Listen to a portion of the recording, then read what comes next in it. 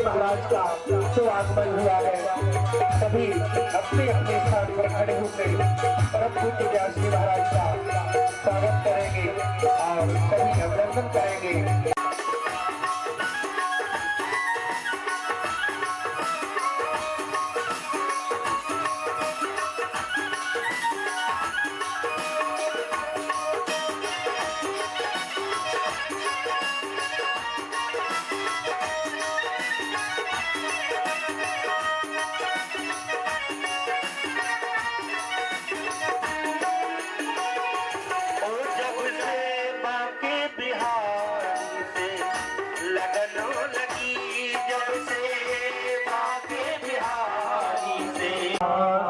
भगवान की है आरती, पापियों को पाप से की है आरती।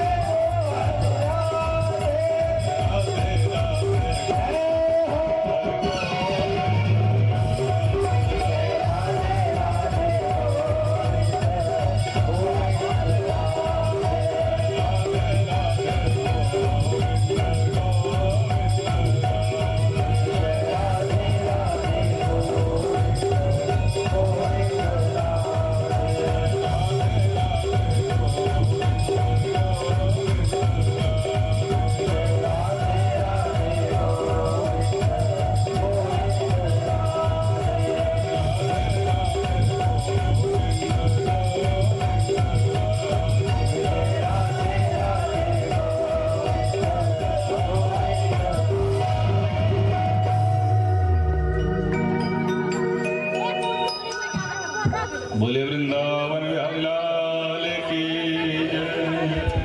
जय जय श्री राधे। परम मंगलमय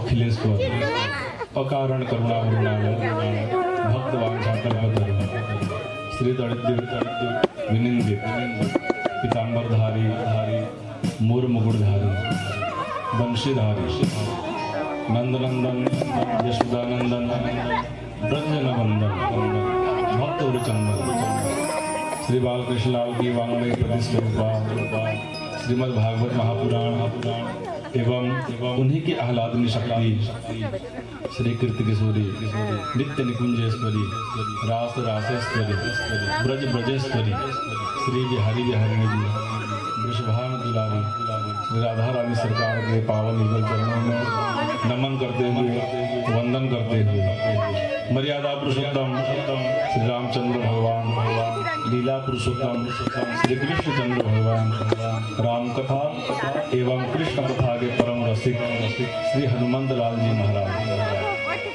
कली पावन अवतारी श्री वेदव्यास जी महाराज श्री सुखदेव जी महाराज पूज्यपाद गोस्वामी श्री तुलसीदास जी महाराज एवं प्रातः स्मरणीय परम पूज्य श्री सतगुरुदेव भगवान मंचा सिंह पूज्य आचार्य वृंद विप्र वृंद संगीत में साथ दे रहे समस्त प्रिय गंधर्वजनों एवं बाहर से आए हुए समस्त कथा प्रेमी भक्त बंधुओं सस्नेही करुणामयी भक्ति स्वरूप समस्त माताएं बहनें एवं YouTube चैनल के माध्यम से देख रहे समस्त कथा प्रेमी बंधुओं को माताओं बहनों को मेरा सिया राम मैं सब जग जानी करहु प्रणाम जोरी जुग पानी इस भाव के साथ आप सबके हृदय पटल में विराजमान उस बिंदु स्वरूप परमात्मा को मैं व्यासपीठ से हार्दिक प्रणाम करता हूँ।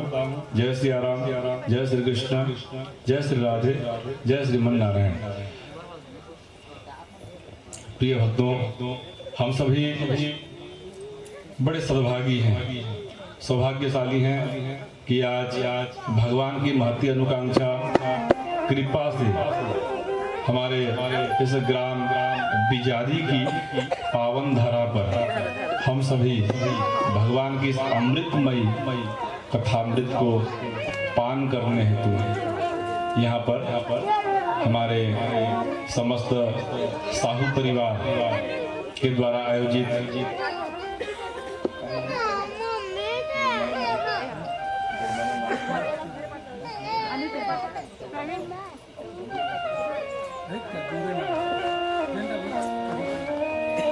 हमारे मुख्य यजमान प्रवीण कुमार साहू जी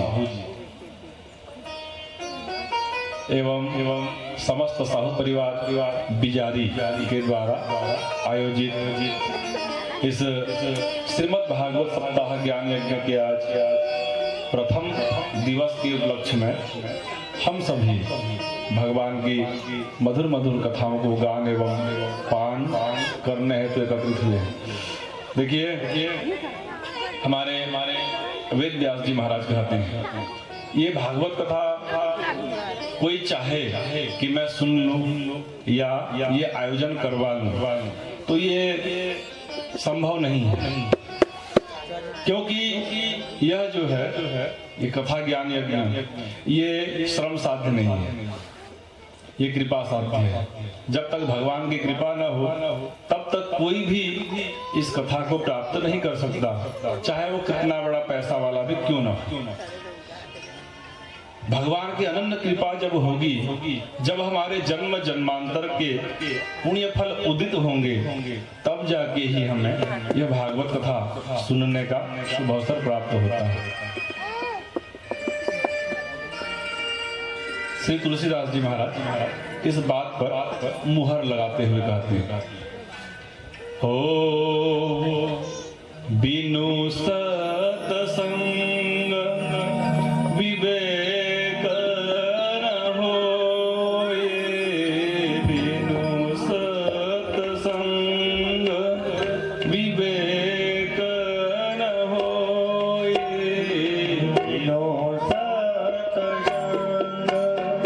विवेक न होए, बिनु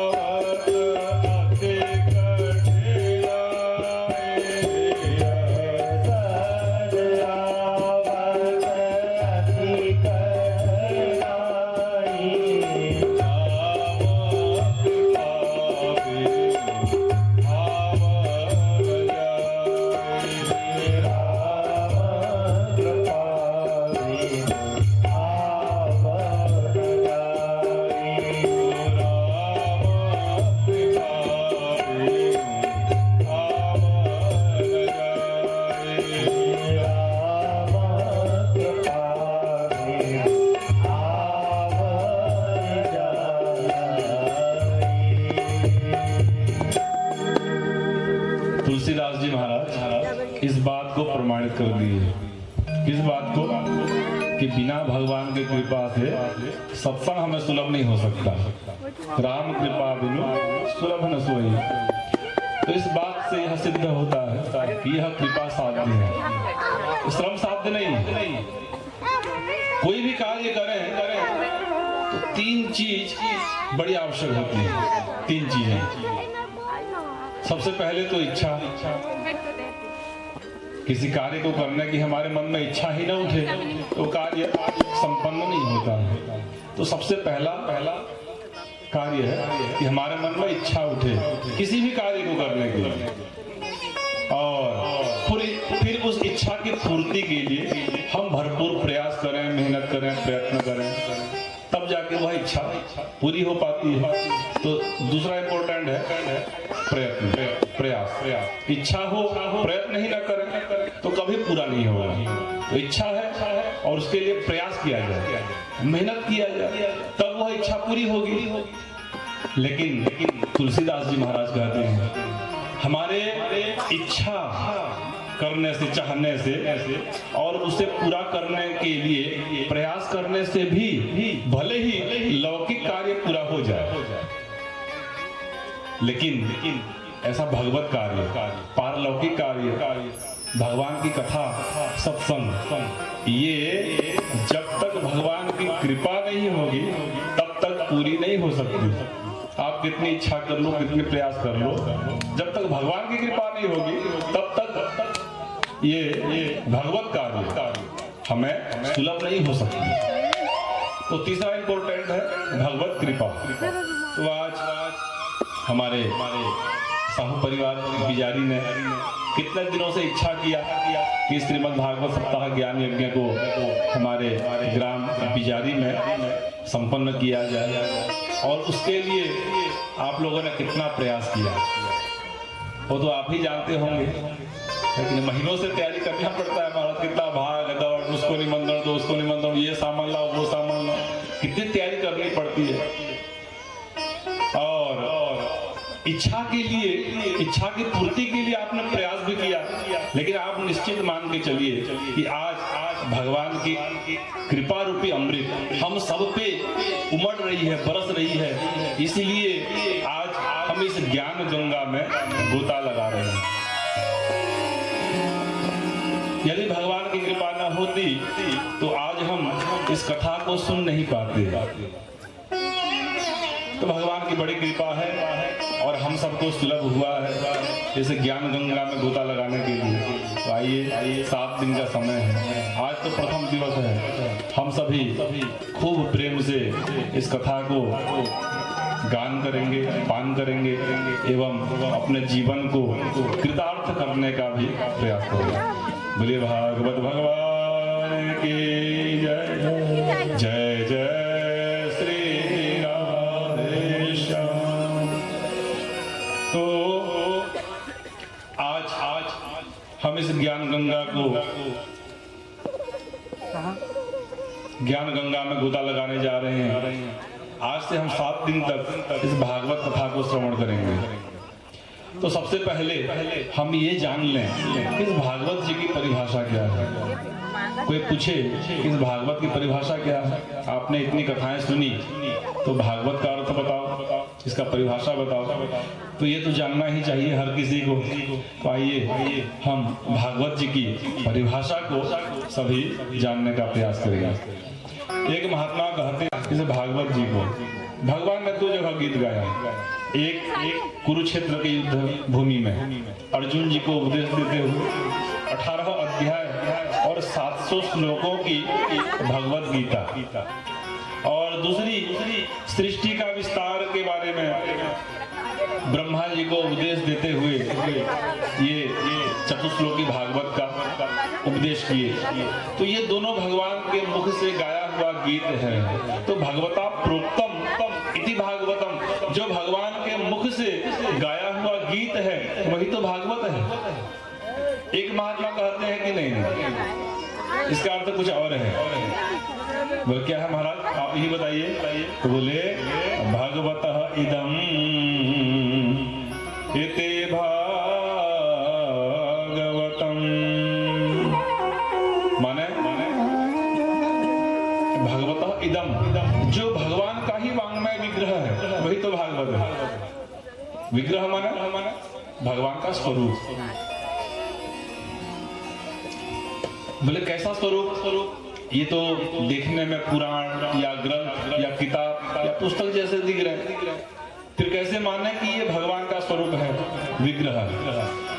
तो बोले देखिए, भगवान की जो मूर्ति होती है वो बाजार में कई तरह के मिलते हैं, सोने से बने हुए, स्वर्ण निर्मित, चांदी से बने हुए, रजतमयी मूर्ति,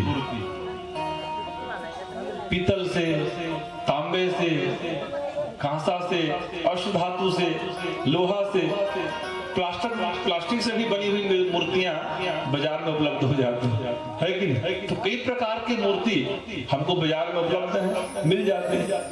तो ये कैसी मूर्ति है? बोले ये जो है शब्दों से बनी हुई है भगवान की मूर्ति है। कैसी मूर्ति है? बोले शब्दों से बनी हुई यह मूर्ति है, शब्दमय विग्रह है। इसलिए ये जो भागवत जी हैं ये भगवान के साक्षात विग्रह हैं, मूर्ति हैं। बोले भागवत भगवान की जय जय श्री राधे श्याम। तो आज इस श्रीमद् भागवत सप्ताह ज्ञान यज्ञ का प्रथम दिवस है और प्रथम दिवस में महात्म्य कथा सुनी जाती है। तो महात्म्य माने महिमा। तो महिमा सुनने से क्या होता है? हम किसी के बारे में जब किसी की महिमा सुनते हैं तो हमारे हृदय में उसके प्रति श्रद्धा, प्रेम, विश्वास जागृत होता है। तो इसमें भगवान की महिमा का बोध होता है। तो इसलिए प्रथम दिवस जो है महात्म कथा सुनी जाती है, क्योंकि बिना श्रद्धा, विश्वास और प्रेम से किया हुआ कार्य जो है वो सम्यक फल प्रदान नहीं होता। इसलिए महिमा सुनना आवश्यक है। तो ये भागवत जी की महिमा का गान स्वयं भागवत जी ने नहीं किया, अपितु पद्म पुराण ने किया है। इस भागवत जी के महात्म कथा का गान पद्म पुराण ने किया है, स्वयं भागवत जी ने नहीं किया। क्यों जानते हैं? क्योंकि अपनी मुख से अपनी बड़ाई और शोभायमान नहीं होती है, शोभा नहीं देती। कभी भी प्रशंसा तो दूसरे के मुख से अच्छी लगती है कि हम कोई कार्य अच्छा करें और कोई दूसरा हमारी तारीफ करे वो अच्छा है। अपने मुंह से अपनी बड़ाई हम करें वो अच्छा नहीं होता है। तो अपनी बड़ाई कभी भी अपने मुंह से नहीं करनी चाहिए। बड़ा बड़ाई ना करे, बड़ा न बोले वो, अजी बड़ा बड़ाई ना करे, बड़ा बड़ाई ना करे, बड़ा न बोले बोल, हीरा मुख से ना कहे, लाख हमारा मोह, अजी हीरा मुख से ना कहे, लाख हमारा मोह। हीरा कभी कहता है क्या लाखों का कीमत है मेरा? उसकी कीमत लाखों में है। हीरा कभी नहीं बोलता मैं लाखों का कीमत मेरी है। इसलिए कभी भी अपनी मुंह से अपनी बड़ाई कभी ना करें। इसलिए पद्म पुराण ने इस महात्मा कथा का गान किया और ये 6 अध्याय में वर्णित है महात्मा कथा। और प्रथम अध्याय के प्रथम श्लोक में श्री वेद व्यास जी महाराज मंगलाचरण करते हैं। मंगलाचरण माने जिसमें ये कामना किया जाए कि हे प्रभु, मैं इस कार्य को जो करने जा रहा हूँ, मेरा ये कार्य निर्विघ्नता पूर्वक संपन्न हो। ये जो मंगल कामना किया जाए, इसी का नाम है मंगलाचरण। तो आइए हम सब भी भगवान से ये मंगल कामना करेंगे कि ये जो हम श्रीमद् भागवत सप्ताह ज्ञान यज्ञ कर रहे हैं, यह निर्विघ्नता पूर्वक संपन्न हो और भगवान की कृपा हम सब पे यूं ही बरसती रहे। ओ सच्चिदानंद रूपाय विश्वोत्पत्त्यादि हेतवे तापत्रय विनाशाय श्री कृष्णाय वयं नमः। ये जो मंगलाचरण है, इसमें भगवान का 3 तरह से परिचय बताया गया है।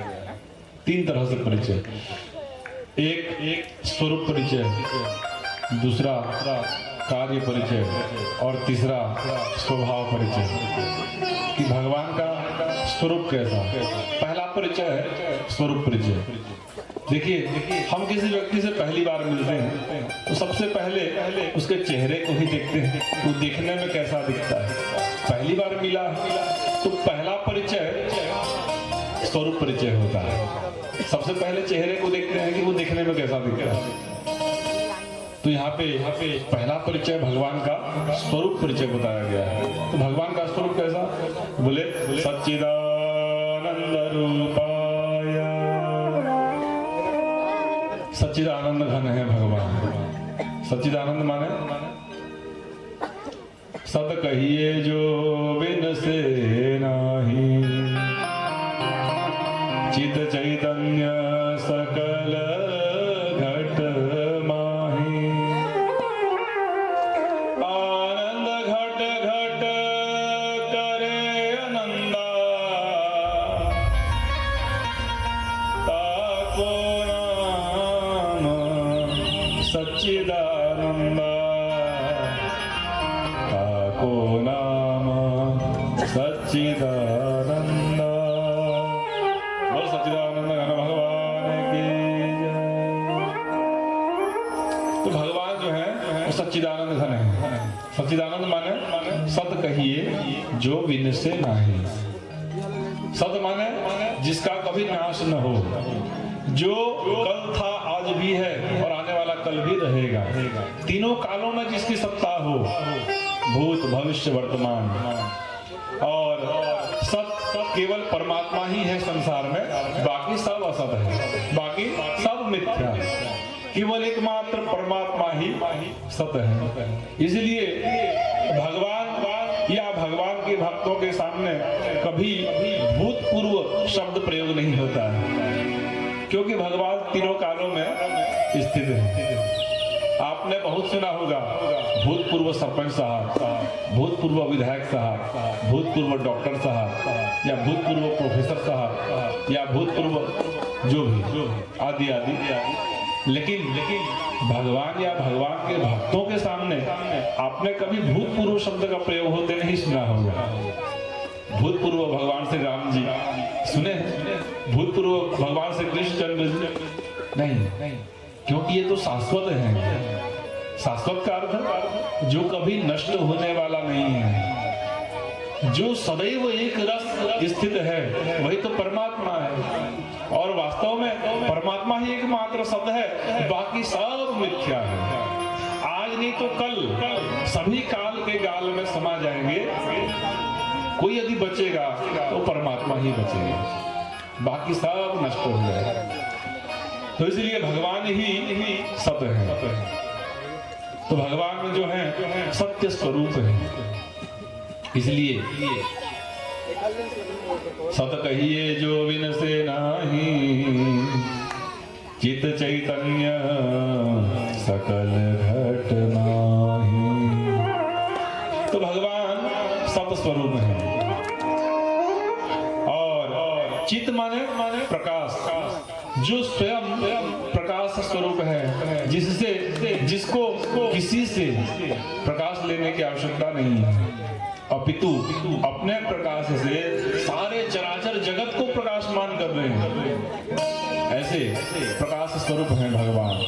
तो चित्त माने प्रकाश, और सत्य चित्त और आनंद के प्रतिमूर्ति है भगवान। तो आनंद माने आनंद। हम सभी बाजार में जाते हैं, कोई इष्ट मित्र मिल जाए, दोस्ती यारी, और बढ़िया रसमलाई खा रहा, देख लिया दोस्त है, मित्र है, तो व्यवहार निभाना पड़ेगा। भले ही बिना मन का बुलाया, बिना श्रद्धा के बुलाया, लेकिन मित्र है, बुलाना पड़ता है।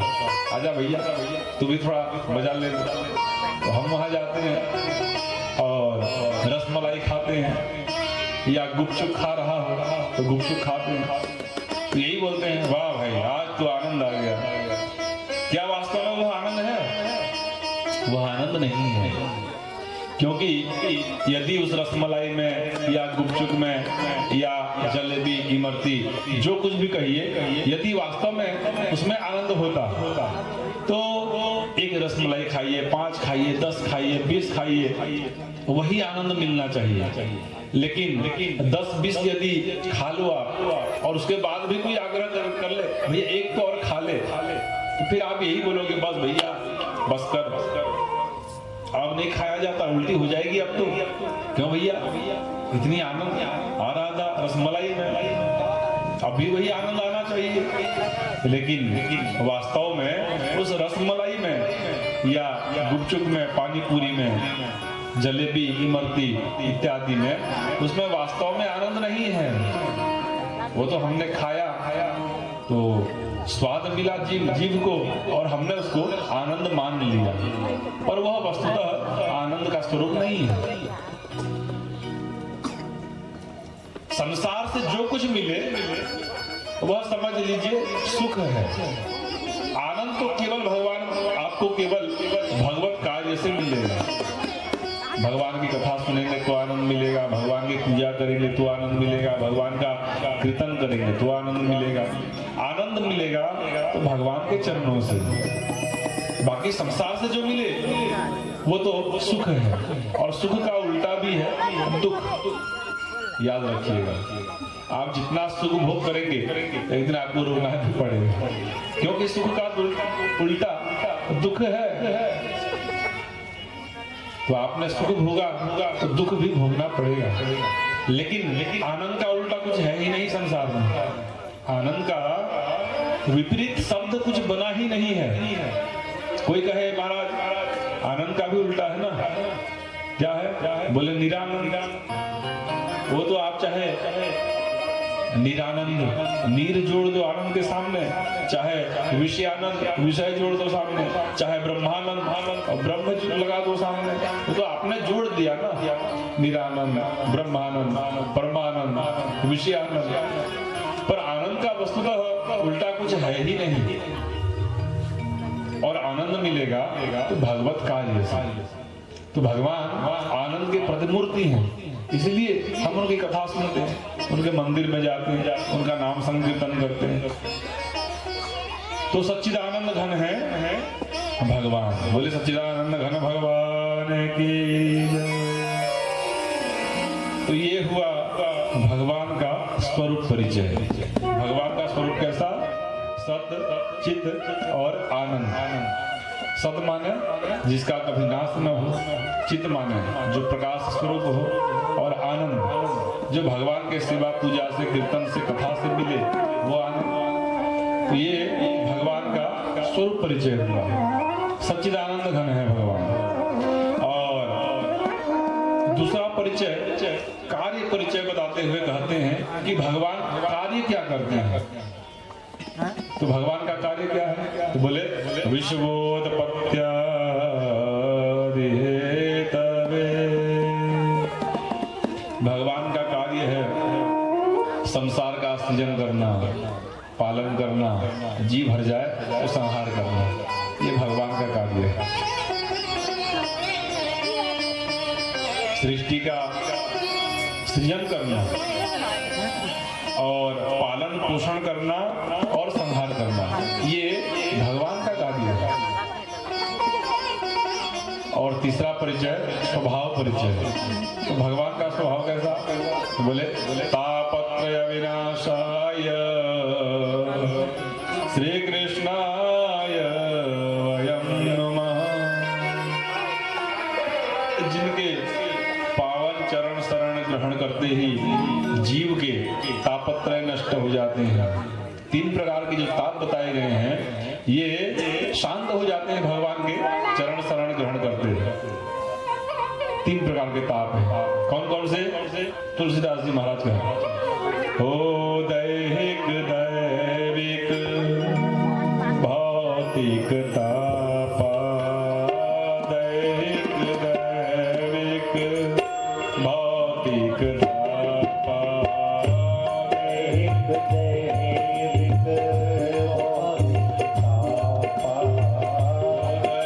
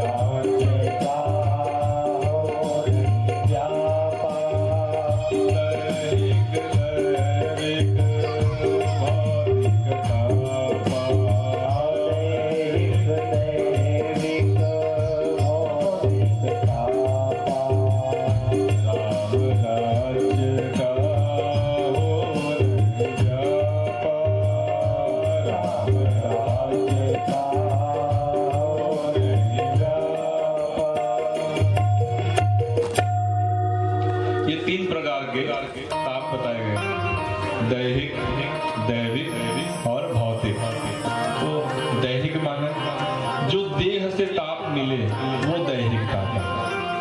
चलते चलते चोट लग गया, ठोकर लग गई और शरीर में जख्म हो गया, समझ लो दैहिक ताप शुरू हो गया। जो देह से पीड़ा मिले वो दैहिक ताप है। और दैविक ताप माने जो हमारे न चाहते, हमारे न जानते, हमारे न समझते, दैवीय इच्छा से हमें प्राप्त हो, वह दैविक ताप है। चलते चलते बिजली गिरी और कई मर गए, न जानते, न चाहते, न सोचते, बिजली गिरी। बिजली गिरना जानते हैं? बरसात के दिनों में जब बादल गरजता है, बिजली गिरती है, गाज मारना बोलते हैं हमारे छत्तीसगढ़ी भाषा में। तो गाज मार दिया और कई लोग उसमें चल बसे, तो समझ लो दैविक ताप शुरू हो गया। अचानक कहीं पे बादल फटा और बाढ़ आ गया, कई घर ध्वस्त हो गए, कई लोग बह गए, मर गए। जो दैवी इच्छा से प्राप्त हो वह दैविक ताप। और भौतिक ताप, तीसरा जो है भौतिक ताप। भौतिक ताप माने जो संसार से कष्ट मिले वो भौतिक ताप। भाई तो है पर शत्रु की तरह व्यवहार करता है, बेटा तो है, अंधकार दूर हो। जैसे भुवन भास्कर के उदित होते ही संसार का अंधकार दूर हो जाता है, अंधेरा। सूर्य नारायण भगवान के उदय होने से सब अंधेरा खत्म। तो उसी प्रकार से हे प्रभु, हे गुरुदेव, आपके हृदय में करोड़ों सूर्यों के समान ज्ञान रूपी प्रकाश विद्यमान है। इसलिए आप अपनी ज्ञान रूपी प्रकाश से हमारे हृदय जन्य अज्ञान रूपी अंधकार को आप दूर कीजिए। कोई ऐसी कथा सुनाइए जो हमारे कर्ण पुटी के लिए प्रिय हो, औषधि की तरह लगे, प्रिय लगे, और जो कल्याण को भी कल्याण करे, पावन को भी पावन करे और मंगल को भी मंगल करे और भगवान का साक्षात दर्शन करा दे, भगवान को प्रकट करा दे।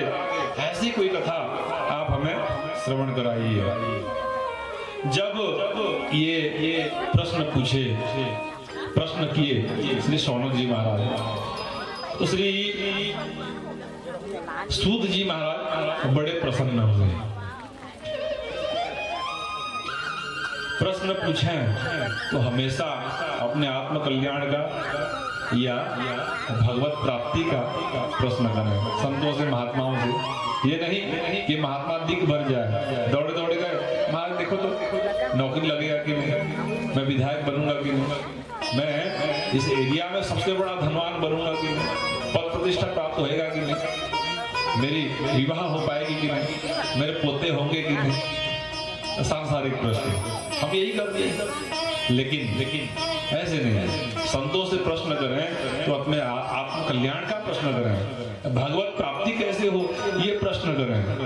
तो जब आज शौनक जी महाराज ने ये प्रश्न किया तो सूत जी महाराज गदगद हुए। देखिए, सुख और दुख ये सब तो हमारे ही खेती का फल है, समझ रहे हैं, ये किसी और की खेती का फल नहीं है। हम यदि सुख भी भोग रहे हैं तो भी हमारी खेती है, और हम यदि दुख भी पा रहे हैं तो भी हमारी खेती है। किसान धान का फसल लगाता है तो धान ही काट के लाता है, गेहूं नहीं लाता, या धान लगाता है तो आम नहीं लाता। धान कमाए तो धान ही पाता है, गेहूं लगाओ तो गेहूं ही मिलता है। उसी प्रकार से मेरे भाई बहन, हम सुख भी पाएंगे और दुख भी पाएंगे तो अपने कर्म के अनुसार। हमने जैसा कर्म किया है वैसा फल हमको प्राप्त होगा। ये भगवान तो मानो ये मुनिम है। मुनिम जानते हैं क्या करता है?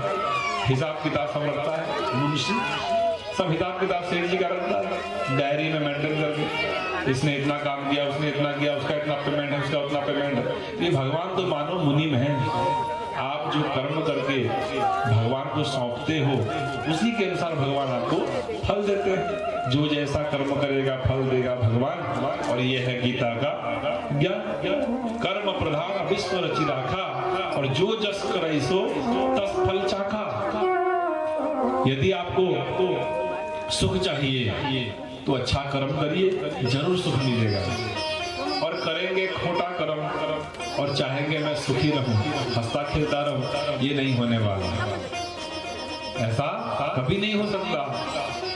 भगवान अर्जुन जी से कहते हैं गीता जी में, ना भूम तच्यते कर्म जन्म कोटि शतैरपि अवश्यमेव भुक्तव्यं कृतं कर्म शुभाशुभम्। कृतं कर्म शुभाशुभम्। हम जैसा कर्म करेंगे वैसा फल हमें भोगना पड़ेगा। ये अकाट्य सत्य है।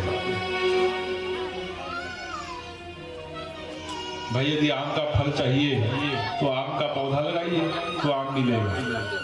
और बबूल का पेड़ लगाएंगे और सोचेंगे ये बड़ा हो के मीठा मीठा आपका फल देगा, ऐसा कभी नहीं हो सकता है। इस चक्कर में मत रहिए। हो करे बुराई सुख चाहे कैसे पावे को, करे बुराई सुख चाहे कैसे पावे को। बोवे पेड़ बबूल का आम कहाँ से होए भैया, आम कहाँ से। ये बोवे पेड़ बबूल का आम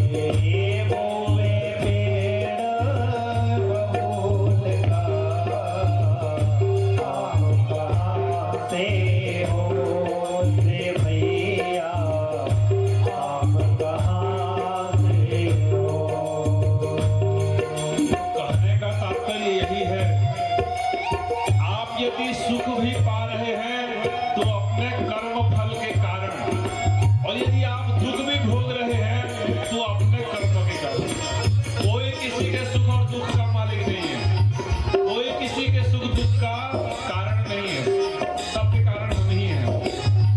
जैसी करनी वैसी भरनी, ये दुनिया में होवत है, कोनो हंसत है और कोनो रोवत है। बड़ा प्यारा भाव है, आइए आनंद लेंगे।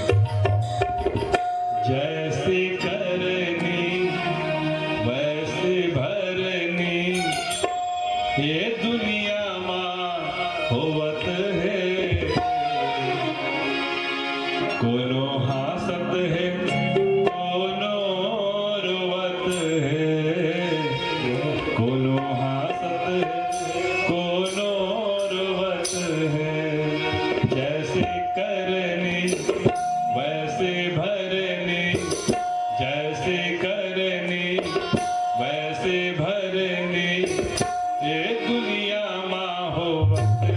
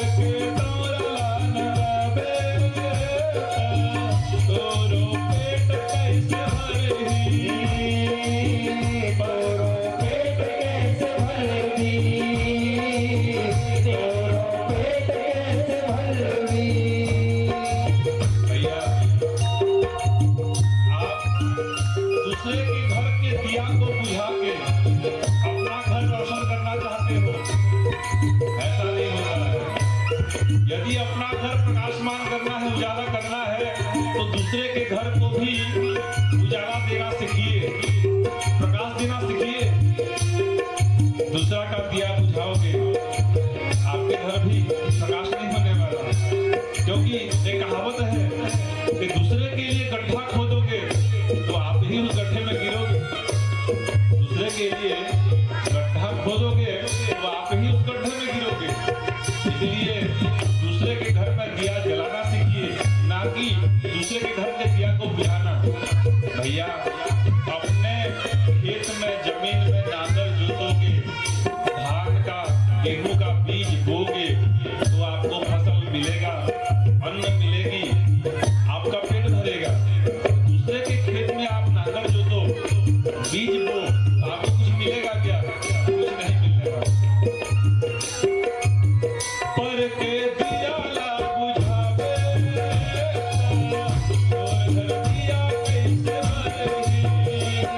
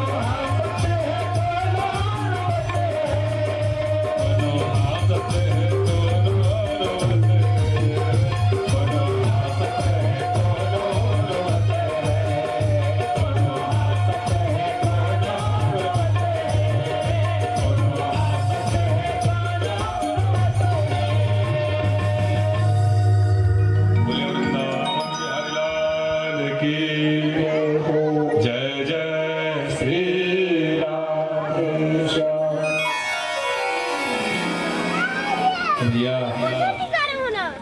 हम अपने सुख और दुख के कारण हम ही हैं, कोई दूसरा नहीं है। बेटा नालायक है, पति दरभा है, ये हमारे कर्मों का, खोटा कर्म का फल है। इसलिए ज्यादा दुखी न होना।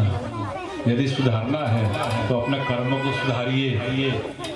आज अच्छा कर्म करेंगे, कल हंसेंगे, और यदि बुरा कर्म करेंगे तो रोना पड़ेगा।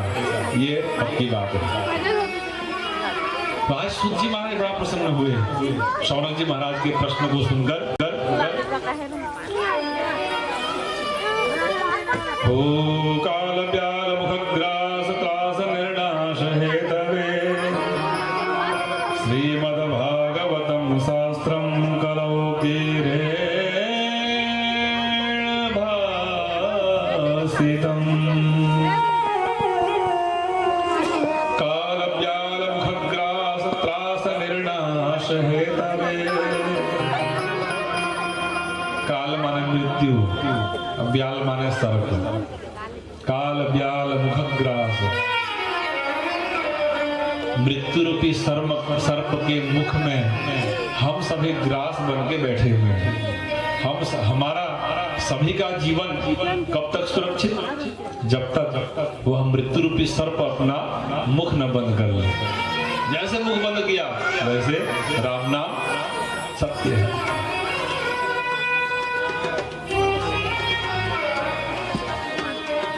और ये जो काल है ये सबके सर पे मंडरा रही है। मृत्यु सबके सर पे मंडरा रही है।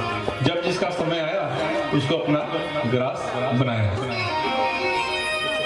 और हम सभी इस मृत्यु से भयभीत रहते हैं। हर कोई भयभीत है इस मृत्यु से। और इसका नाम है मृत्यु लोक। क्या नाम है इसका? जिस लोक में हम सभी हैं, इस लोक का नाम है मृत्यु लोक। और इस मृत्यु लोक में जो भी आता है उसको एक दिन मरना पड़ता है। यहाँ पे जो भी आता है उसको एक दिन मरना पड़ता है। जातस्य ही ध्रुव और मृत्यु। मृत्यु जो है परम सत्य है। रही नहीं के ही रही बे नहीं टी भवरंगा भूमि तले सर्वे निज निज अभि। गर्व से कहो हम जी, गर्व होनी चाहिए। हम सभी सनातनी हैं। सनातन धर्म में हमारा जन्म हुआ। हम सभी हिंदू हैं और भारत देश के वासी हैं। है रीत जहां की प्रीत सदा, मैं गीत वही दोहराता हूँ। भारत का रहने वाला हूँ, भारत का गीत सुनाता हूँ। भारत का रहने वाला हूँ, भारत का गीत सुनाता हूँ। भारत का रहने वाला हूँ, भारत का गीत सुनाता हूँ। भारत का रहने वाला हूँ, भारत का गीत सुनाता हूँ। तो हम सबका बड़ा सौभाग्य है कि ऐसे भारत देश में हमारा जन्म हुआ है, और वो भी सनातन धर्म में, हिंदू धर्म में। और बाकी धर्मों का तो इतिहास मिलेगा आपको, लेकिन हिंदू धर्म का इतिहास कोई बता दे? कोई आके बता दे हिंदू धर्म का इतिहास? है ही नहीं तो बताएगा क्या? है कि नहीं? सनातन माने शाश्वत। शाश्वत माने जो सदैव स्थिर हो, जिसका कभी नाश न हो, वो शाश्वत। तो सनातन धर्म जो है वो शाश्वत है। और बाकी धर्मों का इतिहास मिल जाएगा आपको, है कि नहीं? कोई 5000 साल पहले बना है तो कोई 2000 साल पहले बना है। सबका इतिहास है। और आपको बताएं तो ये सभी धर्म हिंदू धर्म से ही निकले हैं, है कि नहीं? मोहम्मद पैगंबर साहब से मुसलमान धर्म का प्रारंभ हुआ है। उससे पहले के इतिहास कोई आगे बता दे। पहले था ही नहीं मुसलमान धर्म, ईसाई धर्म था ही नहीं ईसा मसीह से पहले। लेकिन सनातन धर्म का कोई इतिहास बता दे। कोई कहे कि नहीं राम जी से सनातन धर्म बना है या श्याम जी से सनातन धर्म बना है। नहीं, राम जी और श्याम जी इन्होंने तो सनातन धर्म में जन्म लिया। ये सनातन धर्म तो न जाने अनादि काल से चली आ रही है, इसका कोई इतिहास ही नहीं है। तो सबसे पुराना धर्म जो है वो सनातन धर्म है। और वास्तव में कहें तो धर्म एक ही है, सनातन धर्म। बाकी सब पंथ है, बाकी को आप धर्म नहीं बोल सकते। धर्म एक ही है, सनातन धर्म। बाकी तो सब पंथ है। तो ये सनकादि ऋषि सत्संग करने के लिए आए इस भारत भूमि में बद्रीनाथ में देवर्षि नारद जी को देखा तो देवर्षि नारद जी के मुख में मलिनता पड़ी हुई थी। आए और पूछते हैं कि हे देवर्षि नारद जी, आप किस लिए दुखी हो? आपके मुख में इतनी मलिनता क्यों? किस लिए? आपको देख के ऐसा लग रहा है जैसे कोई करोड़पति सेठ हो लेकिन बहुत कंजूस हो और उसका बहुत सारा धन चोरी हो जाए। उसके चेहरे पे जो मलिनता होनी चाहिए वही मलिनता बोले वृंदावन बिहारी लाल की, वही मलिनता आपके चेहरे पे देखने को मिल रहा है। महाराज इतनी मलिनता क्यों? हो कथम ब्रह्मंदिर मुख कुतश्चिंता तुरो भवा त्वरितं गम्यते कुत्र कुतश्च गमनं तव। बोले वृंदावन बिहारी लाल की। बोले कथम ब्रह्मंदिर मुख, हे ब्राह्मण देवता, हे महाराज आपके मुख में इतनी मलिनता क्यों? किस लिए? तो देवर्षि नारद जी ने कहा महाराज मैं अपने दुख से दुखी नहीं हूँ। तो किस लिए दुखी हो? मैं अपने दुख का कारण आपको सुनाता हूँ महाराज, ध्यान से सुनिए। और देवर्षि नारद जी महाराज बताने लगे कि महाराज मैं इस समस्त संसार में इस पृथ्वी मंडल को श्रेष्ठ जाना। अहम तो पृथ्वी तो ज्ञात्वा सर्वोत्तमामिति पुष्करम च प्रयागम च काशीम गोदावरी तथा। महाराज इस संसार में मैं पृथ्वी लोक को श्रेष्ठ माना और इस पृथ्वी में भी इस भारत भूमि को, और भारत भूमि में भी मैं पुष्कर गया, काशी गया, गोदावरी गया, गंगा गया, यमुना गया, मथुरा गया, हरिद्वार गया, मैं समस्त तीर्थों का भ्रमण किया। लेकिन महाराज जहाँ देखो कलयुग ने ऐसा ग्रसित कर रखा है कि कहीं पे भी मन को शांति नहीं मिल रही है। जहाँ देखो अशांति ही अशांति फैली हुई है। बाप बेटे में झगड़ा, तो पति पत्नी में झगड़ा, तो भाई भाई में झगड़ा, छोटी छोटी बातों के लिए जहाँ देखो कलह ही कलह मचा हुआ है। कहीं पे मेरे मन को शांति नहीं मिली। और सत्यम नास्ति तपः शौचम दया दानम न विद्यते उदरम हरिणो जीवा वराका कूटभाषिणः। महाराज इस संसार में सत्य सुनना हर कोई चाहता है पर बोलना कोई नहीं चाहता। बड़ी विडंबना है। हर सेठ चाहता है कि मेरा नौकर एकदम ईमानदार हो, लेकिन खुद बेईमानी करता है। सच सुनना हर कोई चाहता है लेकिन बोलना कोई नहीं चाहता। कोई तपस्वी नहीं रह गया, कोई मनस्वी नहीं रह गया। आचार विचार शुद्धता का कोई ख्याल नहीं रखता। भाई शुद्धता का ख्याल रखना चाहिए। आचार विचार का कोई ख्याल ही नहीं।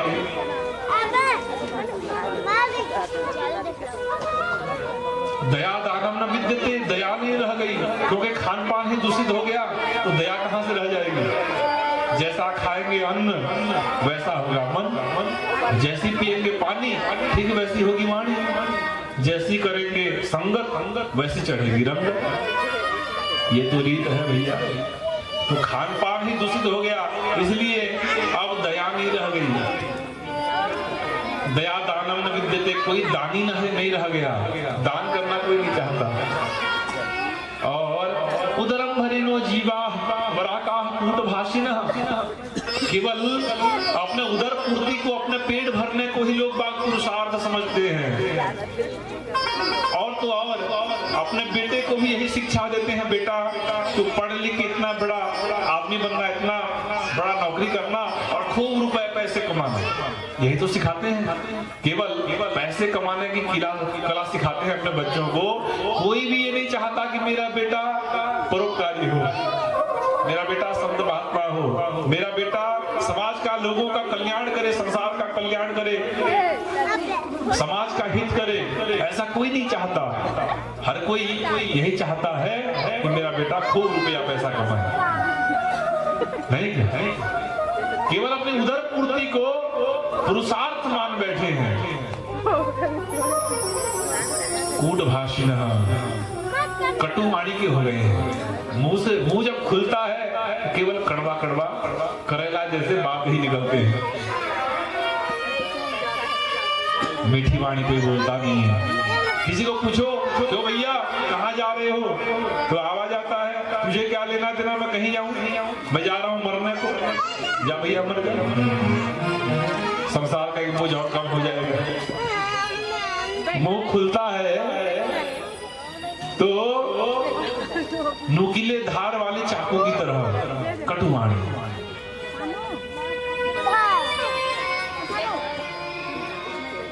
हमेशा मीठी वाणी बोलिए। शब्द संहारे बोलिए, शब्द के हाथ न पाओ। एक शब्द करे औषधि, एक शब्द करे घाव। भैया मीठी वाणी बोलने से आपका कोई रुपया पैसा नहीं लगता है, वचने की दरिद्रता है कि नहीं। मीठी वाणी बोलने से रुपया पैसा लगता है क्या? वो भी आदमी से नहीं होता है। जब देखो कड़वा कड़वा। ऐसी वाणी बोलिए मन का आपा खोए, औरन को शीतल करे और आप हो शीतल होए। ऐसी वाणी बोलिए मन का आपा खोए, ऐसी वाणी मन का पाखो औरन को शीतल कर, आप शीतल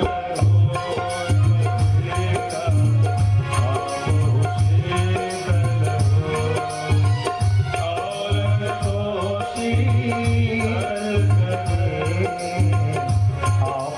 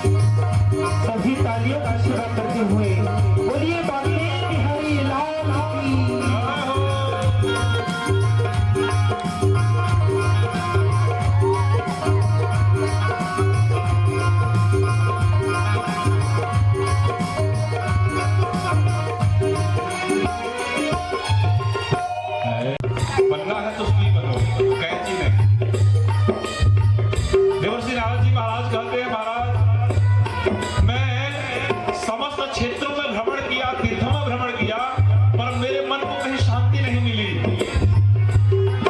जाते जाते जब मैं यमुना जी के पावन पुनीत तट पे पहुंची वृंदावन धाम में, वहां पे मैंने एक आश्चर्यजनक दृश्य देखा। कैसा आश्चर्यजनक दृश्य? भो भो साधो क्षणं तिष्ठ मच्चिन्तामपि नाशय। भो भो साधु क्षणं तिष्ठ मच्चिन्तामपि नाशय। भो भो साधो क्षणं तिष्ठ मच्चिन्तामपि नाशय। भो साधु क्षणं तिष्ठ मच्चिन्तामपि नाशय। दर्शनं तव लोकस्य सर्वथा घहरं परं। दर्शनं तव लोकस्य सर्वथा घहरं परं।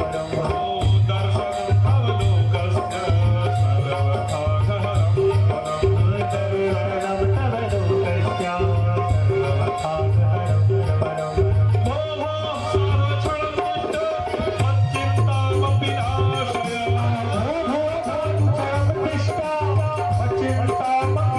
भगवान की